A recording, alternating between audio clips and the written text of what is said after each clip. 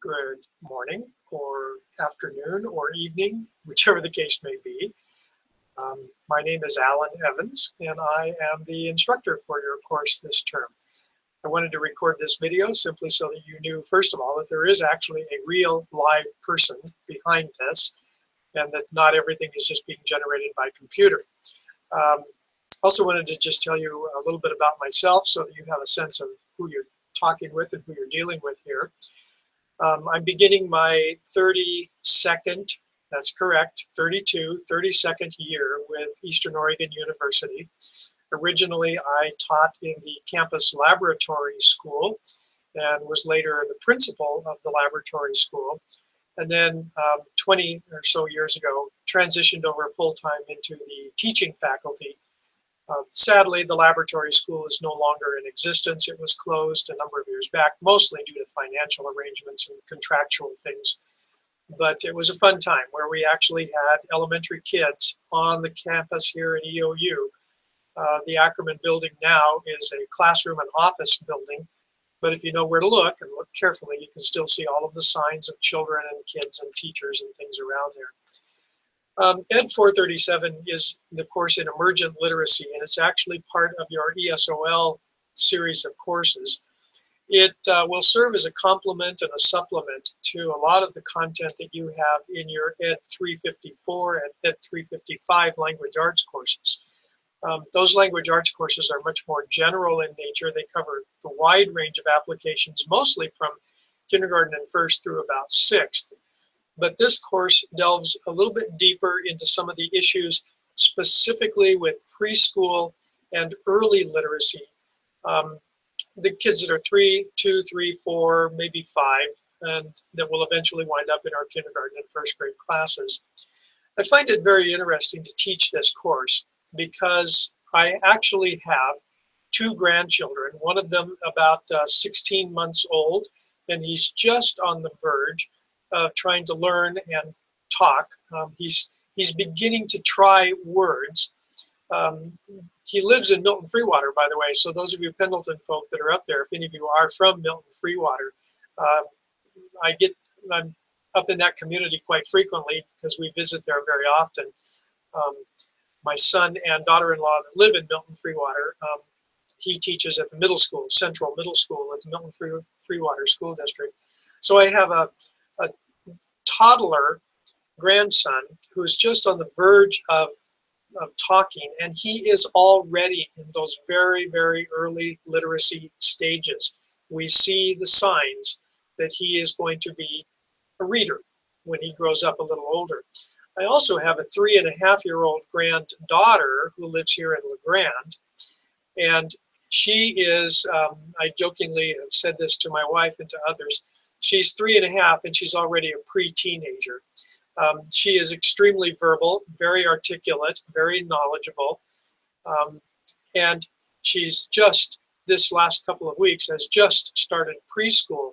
So many of the concepts that we talk about in this particular course with early literacy, letter sound familiarity, phonemic awareness, concepts about print, all of those things that we hope would happen with young children, we see with our own grandchildren right now. And indeed, we saw it with our own kids years ago when they were in this age. So I find it very personally interesting to revisit this content again and think about that in the context of the kids that are in my own family, my own grandchildren, because they're doing this very same thing. The overview, basic overview for the course is I've created 10 instructional modules plus an introductory module and a final exam module. So 12 modules totally, but 10 that are actually the instructional content of the course. And the textbook actually coincidentally happens to have 10 chapters. So 10 modules, 1 each week, and a chapter each week. So the intention is that you would start with week 1 and check the introductory module first. I'm assuming if you're watching this video, you're doing that. And then module 1 for week 1, module 2, week 2, module 3 for week 3, and so forth, down to finals week. And for the finals week, there will be a separate module for that. Each week I'm going to ask you to do 2 or 3 things. Number one, if I have video technology working properly, I'll give you a short, maybe 10 to 15 minute instructor commentary on the topic of that particular chapter. What I find important, informational, some personal comments, some things that I think you need to know. And I'm doing this using Google Hangouts, so I can also embed in the videos from time to time, do a little screen sharing, and possibly embed into it a short video clip, a video within a video, or perhaps a PowerPoint or a document or something like that that I want to highlight for you. So a video clip for the week. I will ask you to read the chapter for the week. More on the chapters here in just a second. Read the appropriate chapter from the book. And then I'm going to post in the discussion boards a separate discussion for each week, one for each chapter. I know that some instructors use an old, a typical format where you have to post a comment and then reply to at least 1 or 2 others. Personally, the feedback that I've heard from people taking classes is that they find that rather artificial in some ways, forcing some conversation where maybe it's not natural. I do require that you respond individually to the topics or the questions that I'm going to pose in the discussion board. They will be scored. There will be rubrics appropriately for each one of those, telling you, what you need to have. So that serves as our basis for conversation. But I do not require that you comment back to others. That's not a required element. You are very welcome to do that if somebody says something that you wish to reply to. But just as if we were in a normal face-to-face classroom, sometimes, some people are very, they're listeners. They benefit from the contributions that other people are offering, and they mull things over. They think about it as they hear it, but they don't necessarily want to engage. It's what we call overt and covert participation. They are participating covertly. They're paying attention. They're listening. They're tuning into what's going on, but they're thinking about things at the same time, and they don't want to engage in the actual conversation for various reasons. Some people are just quieter than others. So I don't require that you actively reply to anybody else. You are certainly welcome to do that, but you don't have to. I will structure the discussions so that you actually will not even be able to see what other people have said until you post your own comment.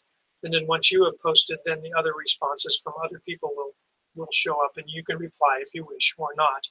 So for each module, each chapter, video clip, a chapter to read, and a discussion commentary to engage in feedback and conversation, mostly with me, but also with your colleagues. I know that the late nature of this course and the fact that it's being offered online can create difficulties in accessing the textbook.